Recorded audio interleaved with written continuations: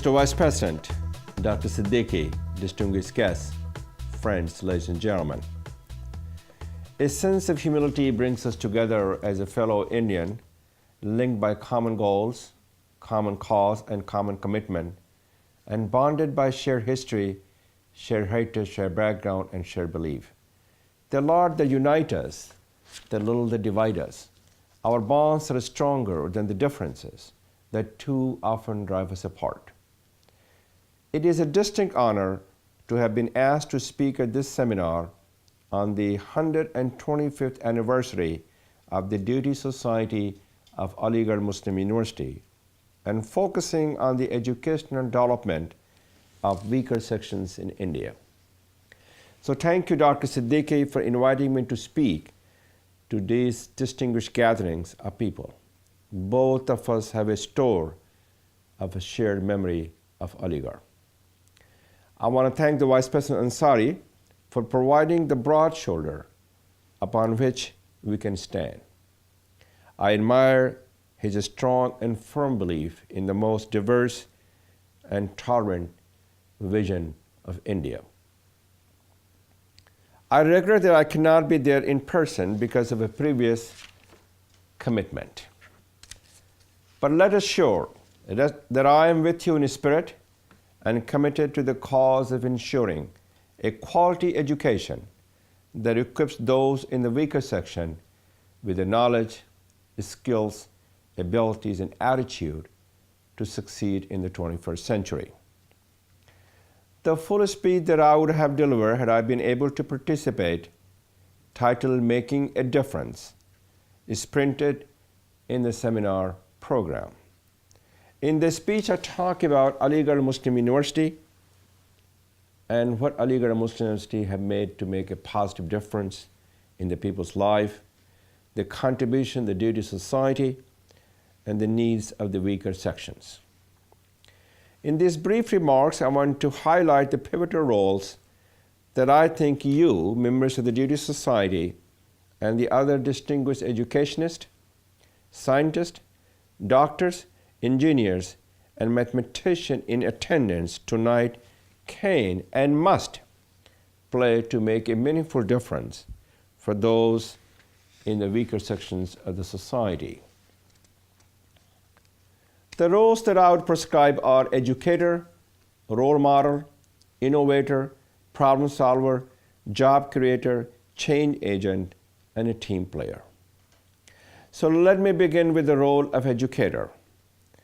There has been a considerable amount of recent research that shows that those who do well or excel have developed not only the minimum technical knowledge or skills required in an area, they have also developed the character that is required to apply and use those skills to continue to learn in order to become the best that they can be and to work hard and persist in the face of difficult obstacles in order to achieve their goals.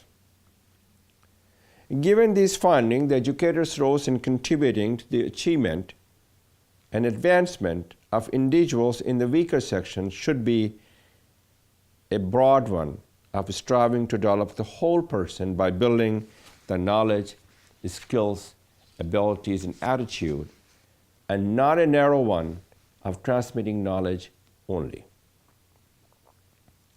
Education development is indeed critical for those in the weaker section.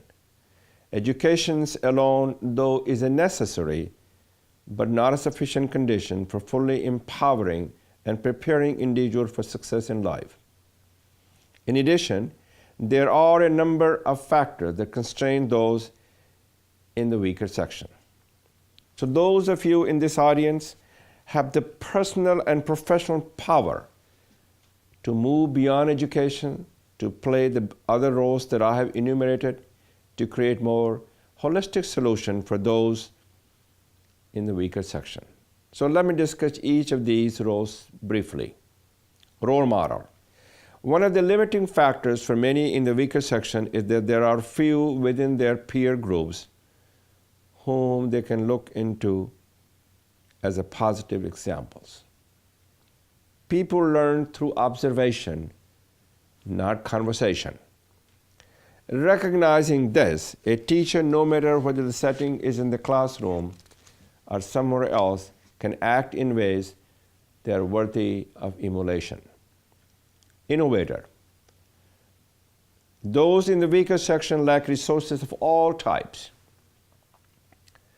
Innovations such as cheaper computers and microloans have been useful to move those individuals forward. Most product and service development is targeted to those with substantial purchasing capability.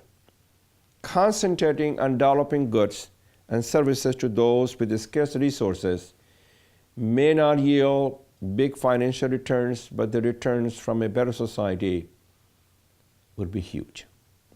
Problem solver.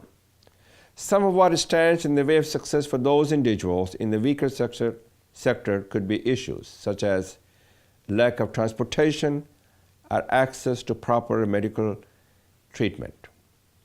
You, members of the Duty Society, have the requisite skill sets to develop alternative delivery systems and approaches to eliminate these conditions.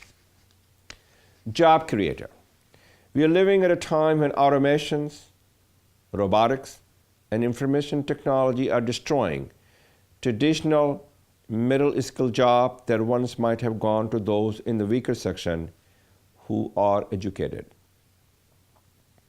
The opportunity exists to study the job displacement impact of new methods and approaches and to create new employment paradigm in response to them. Change agent. Rules and regulations and local conditions such as lack of schools or teachers frequently inhibit the progress of those in the weakest sections. You, Duty Society members, can be leaders in identifying those factors and advancing proposals and building community coalitions to address them. Team player. No one of us is as strong as all of us together. The Duty Society has a long history of making a difference. By working together and harnessing the brain power of the members and the common causes, the Society has the potential to add considerably to its storied history. Educator, role model, innovator, problem solver, job creator, change agent, and team player.